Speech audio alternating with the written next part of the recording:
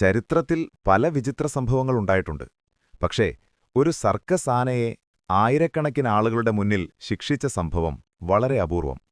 ആ ആനയുടെ പേര് മേരി ദി എലഫന്റ്. 1916-ൽ അമേരിക്കയിൽ നടന്ന ഈ സംഭവം ഇന്നും പലർക്കും ഞെട്ടിക്കുന്ന കഥയാണ്. മേരി ഒരു സർക്കസ് ആനയായിരുന്നു. അവൾ സ്പാർക്സ് വേൾഡ് ഫേമസ് ഷോസ് എന്ന യാത്ര ചെയ്യുന്ന സർക്കസിന്റെ ഭാഗമായിരുന്നു. അമേരിക്കയിലെ പല നഗരങ്ങളിലും മേരി പ്രകടനങ്ങൾ നടത്തി. വലിയ ശരീരവും അത്ഭുതകരമായ ശക്തിയുമുണ്ടായിരുന്ന മേരി ആ സർക്കസിന്റെ പ്രധാന ആകർഷണങ്ങളിലൊന്നായിരുന്നു. 1916 സെപ്റ്റംബർ മാസം സർക്കസ് ഇർവിൻ, ടെന്നസി എന്ന പട്ടണത്തിലെത്തിയിരുന്നു.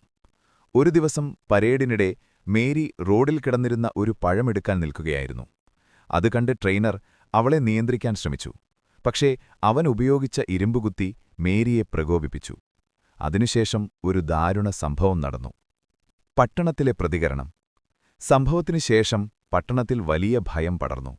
ജനങ്ങൾ മേരിയെ അപകടകാരിയായ ആനയായി കണ്ടു.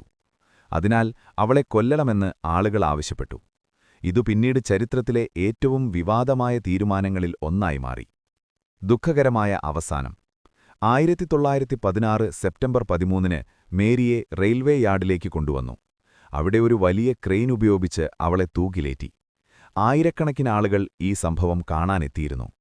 ഇത് ഇന്നും മനുഷ്യചരിത്രത്തിലെ ഏറ്റവും ദുഃഖകരമായ മൃഗസംഭവങ്ങളിൽ ഒന്നായി കരുതപ്പെടുന്നു. മേരിയുടെ കഥ ഇന്ന് നമ്മെ ഒരു കാര്യം ഓർമ്മിപ്പിക്കുന്നു.